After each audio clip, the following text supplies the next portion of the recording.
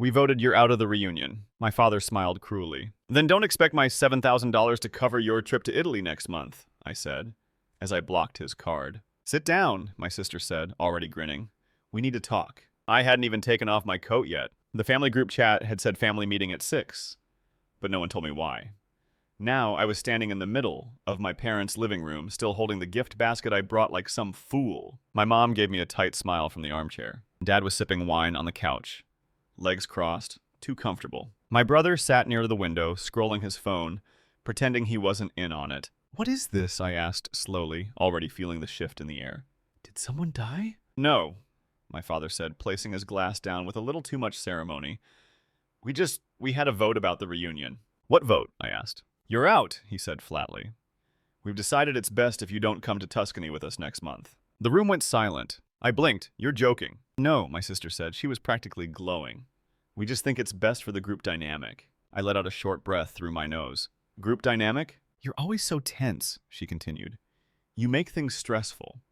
Last year, remember how you argued with the waiter about the service charge? You embarrassed Mom. Because they added an extra $80 to the bill, I snapped. I was the only one who noticed. You're welcome, by the way. We just want peace this year, Mom said softly, not meeting my eyes. I looked at them, all three of them. The ones I'd booked the flights for. The ones who texted me 2 weeks ago asking if I'd mind covering the villa deposit just until your dad's bonus comes in. That was $7,000 charged on my card, same day. They'd sent emojis after. Let me get this straight, I said slowly. You're kicking me out of the trip I planned? The one I paid for? You offered, my dad said, shrugging. I didn't offer to be excluded from it. Well, my sister said, crossing her legs like a judge in court. You've been really uptight lately. All your little boundaries and budgets, you've changed. My laugh was short and bitter. Yeah, I started saying no. She ignored that. This is supposed to be fun, and honestly, you ruined the vibe. Ruined the vibe, I repeated. You mean I stopped you from drinking 18-euro spritzes on my card all day? You're overreacting, Mom cut in. Don't make this ugly. Oh, I won't. I pulled out my phone, calmly opened the travel app, and linked to the trip. Dad's phone buzzed on the coffee table. What was that? He muttered, picking it up. That was me blocking the travel card, I said. The one I used to book your tickets, your hotels, and that villa in Tuscany with the pool you just had to have. You know, the one none of you paid me back for. You can't do that, my sister hissed, standing up. Oh, I can, and I did. What are we supposed to do now? My brother finally spoke, wide-eyed. The trip is in 3 weeks. Figure it out, I said. You're so relaxed, remember? Manifest the money. You're acting like a child, Mom snapped. I looked straight at her. No, Mom, I've stopped acting like a wallet. Dad stood up furious. You're being spiteful. No, I said, grabbing my keys. I'm being done. And just like that, I walked out, leaving them stunned in their designer chairs, wine glasses trembling, and a Tuscany dream suddenly unpaid for. They didn't just betray me. They planned it together. The night after the family vote, I didn't sleep. I lay awake in my apartment, staring at the ceiling, phone buzzing on the nightstand. My sister sent me 3 laughing emojis. I didn't respond. Around midnight, I got a text from my mother. Don't let this ruin everything. We still love you. You just made the trip difficult. Difficult. I paid for the trip. I planned it. I booked the 5-star villa with the pool and the chef and the vineyard tours because they begged me to. And now I was the problem. But it was the next morning that everything truly unraveled. My cousin Maya called. We hadn't spoken in a while, mostly because my sister hated her and always made snide comments about how Maya didn't fit in. Hey, she said, I heard what happened. You okay? How did you hear? I asked, confused. There was a pause. They posted about it, she said. Posted where? Instagram. Jenny said you had a breakdown and canceled your own trip because you were jealous. I felt my blood run cold. What? She posted a boomerang of wine glasses clinking and captioned it. When the toxic one finally takes himself out. Hashtag reunion prep, hashtag narcissist free. I was speechless. My family had voted me out of a trip I paid for, lied about it, and were now mocking me online. That's when I realized something much deeper was going on. You know, Maya continued, I wasn't going to say anything, but this isn't new. She's been saying stuff about you for months. Like nasty stuff. To everyone. Like what? She told people you were having money issues. That you begged to be included in the reunion and that you threatened to cancel it if people didn't praise you more. I stood up from the couch, dizzy. She said, what? Maya sounded awkward. She's been planting it everywhere. I think she's trying to isolate you. I hung up without saying goodbye. That same hour, I logged into my email. My flight itinerary was still there. The one I booked for the whole family. I opened it, hands trembling. Guess whose seat was upgraded to business class? My sister's. Not mine.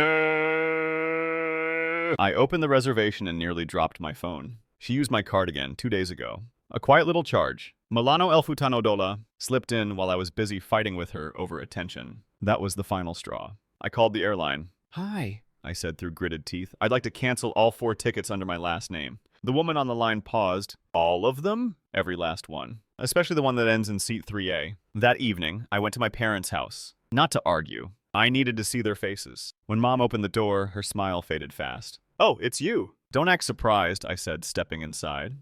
You posted enough online to draw a crowd. She didn't deny it. I walked straight into the living room. My dad was there, reading the paper like it was 1985. Jenny sat with a laptop, browsing Airbnbs. You'll need a new card, I said. She looked up. What? The travel card. Blocked. The flight's canceled. The villa rebooked by another guest. Tuscany's off. You wouldn't, she spat. I did. You're sabotaging the whole trip. I laughed darkly. Oh, honey, you sabotaged it the second you cut me out of it. My father finally lowered his newspaper. Son, don't be rash. I turned to him slowly. Rash? You voted me out of my own trip, used my money, and then let her spread lies about me to the entire family. This isn't rash. This is justice. Justice?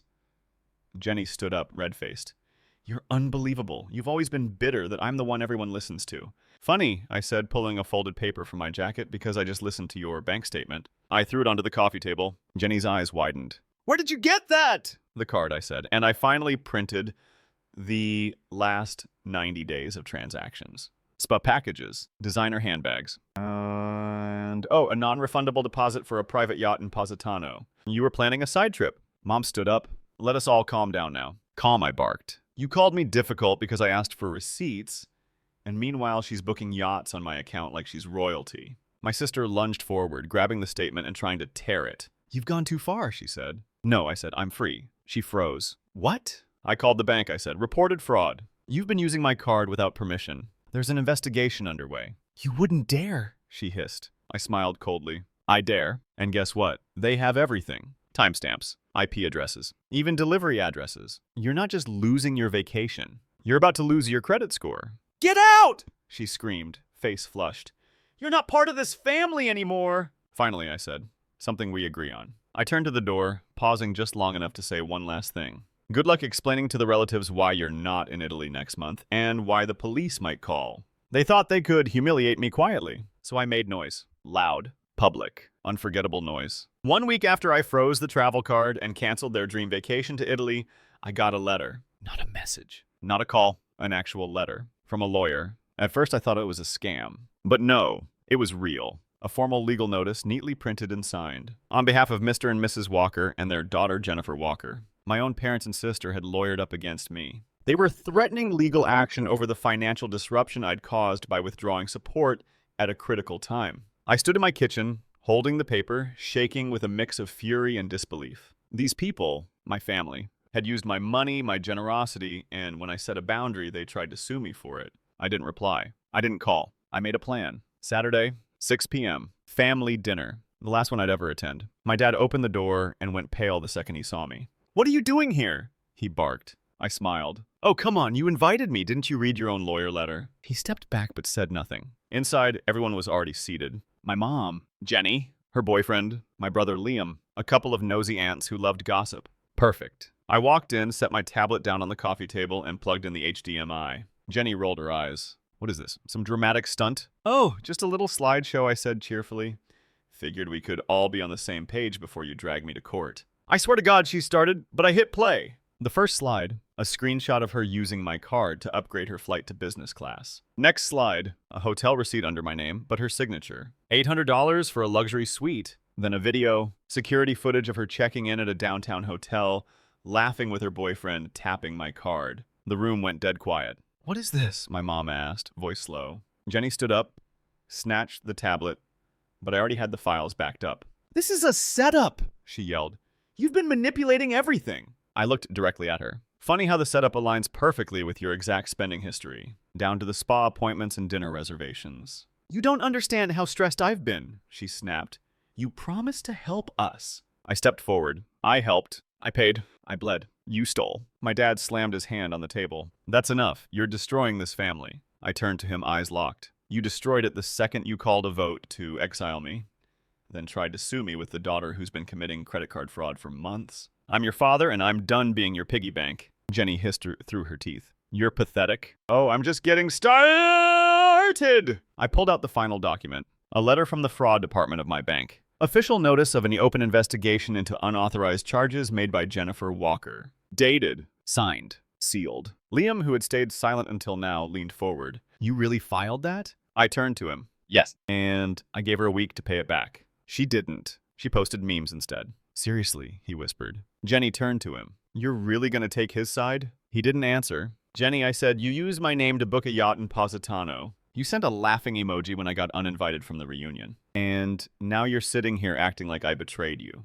We're family, my mom shrieked. No, I said coldly. We're users and givers. And I'm done being your giver. Jenny lunged forward like she was going to slap me. You're going to regret this. When your name's dragged through court, when everyone finds out. Finds out what? I snapped. That I paid for your entire lifestyle while you mocked me in group chats? That you committed fraud and then blamed me for reacting? My voice cracked, but I didn't back down. You treated me like a wallet. Not a brother. Not a son. Just a resource. Well, guess what? Resource exhausted. Everyone froze. The air was thick with shame, fury, and disbelief. Then the most shocking thing happened. Liam stood up. I'm done too, he said quietly. I've seen everything. The lies, the guilt trips, the gaslighting. I let it slide because I didn't want to rock the boat. He looked at me, but you did the right thing. Liam, my mom said, voice shaking, Don't start! Don't start, he snapped.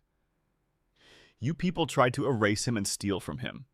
Then you act like he's the bad guy. Jenny turned to Liam, eyes wide. You're just jealous. You've always been jealous of me. Maybe, he said, but at least I didn't steal a yacht. That was it. I turned to the door, grabbed my coat. One more thing, I said. I canceled the phone plan, the Netflix account, the car insurance, all of it. If you want Tuscany, go earn it yourselves, because this ATM is closed. Then I walked out, and this time I didn't look back. They thought I'd fall apart. Instead, they did. The night after I walked out of that dinner, that battlefield, I didn't sleep.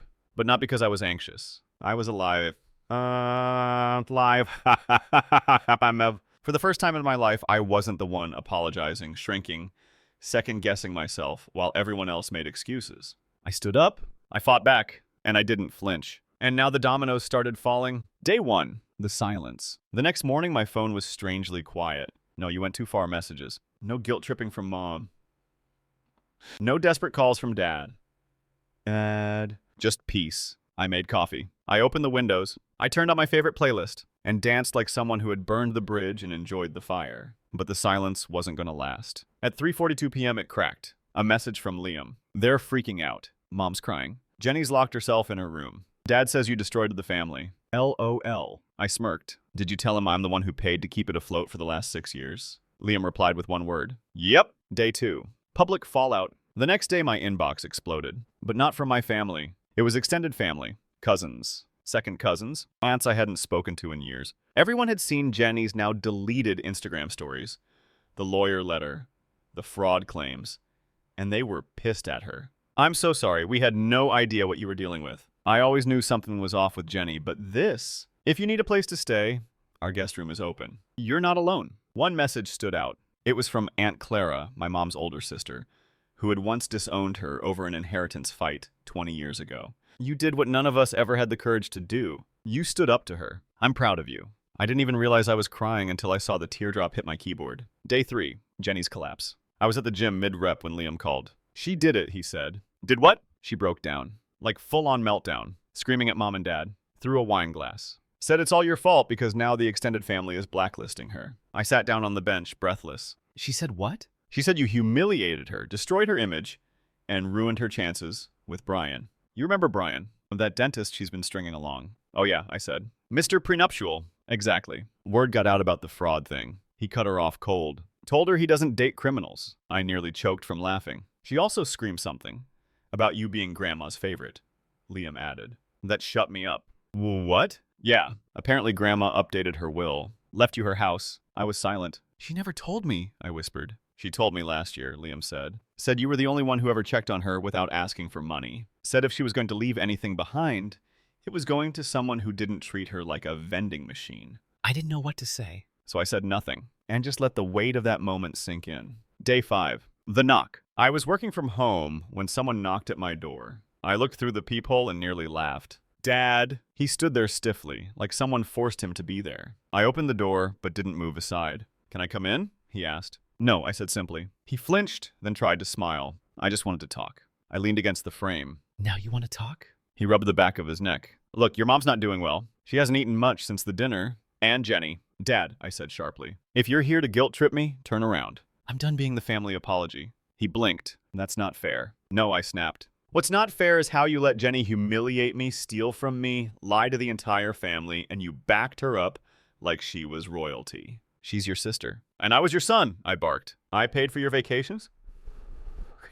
I covered bills when you said money's tight. And all I ever got in return was side eyes and silence. He went quiet. I didn't come here to argue, he said. I just wanted to say we were wrong. All of us. I looked at him. You let them erase me, I said. And now that the money's gone, now that Jenny's exposed, now you remember who I am. He didn't answer. But before he left, he asked quietly, is there any chance we can fix this? I didn't hesitate. No. And I shut the door. Day 6. The shift. The next Sunday, I woke up late, brewed strong coffee, and opened my laptop. I wasn't thinking about Italy. I was thinking about Iceland, a solo trip. My way. No guilt. No expectations. Just me in the sky, in the silence. I booked it. Then I opened my messages and saw one that stopped me in my tracks. It was from Jenny. Not a rant, not an insult. Just, I hope you're happy. I stared at it for a while. Then I typed back. It wasn't about winning. It was about finally stopping the game. And I blocked her. The new normal. It's been weeks now. I moved to a new apartment.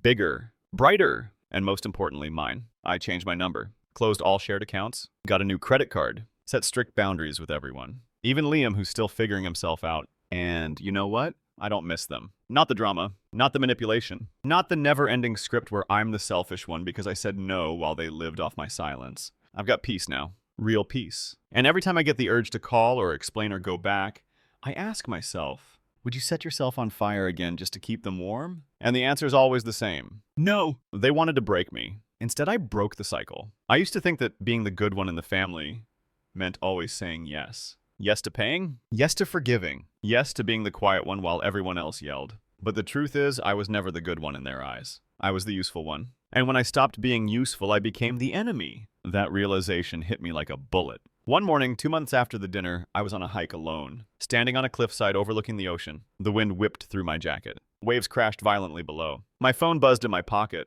One new voicemail from my mother. We miss you. Jenny's been going to therapy. Your father barely speaks. Can't we just go back to the way things were? I laughed out loud. Back? Back to what? Back to being the silent sponsor of their lifestyle. Back to being mocked, manipulated, erased. Back to the version of myself who mistook being drained for being loved? No, never again. A week later, I got a letter. Handwritten. From Jenny. I don't expect you to forgive me. I just want you to know I've lost everything. Brian! My job. My friends. Mom says you're happier without us? And I think she's right.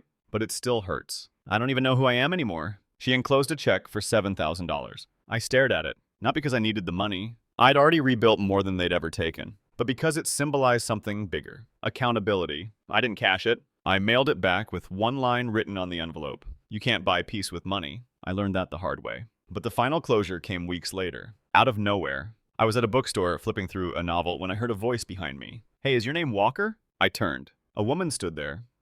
Maybe in her 30s, holding a toddler. I'm sorry, she said quickly. I think you helped my sister once a few years ago with rent. She said your family turned on you. I blinked. Yeah. She told me about you. She said he showed me what boundaries look like. The woman smiled. Just wanted to say thanks. That's it. And then she walked away. I stood there frozen, heart hammering. A stranger. Someone I didn't even remember helping. And yet my story had traveled. My strength had echoed. Not in headlines. Not in drama. But in quiet transformation. So here's the truth I wish someone had told me years ago. You don't owe anyone your destruction. Not for love. Not for loyalty. Not even for blood. Family is not who you're born to. It's who respects you when you say enough. And me? I said it. I meant it. And I never looked back. Final line. I am not their ATM. Not their scapegoat. Not their safety net. I am free. And I will never pay for my own silence again.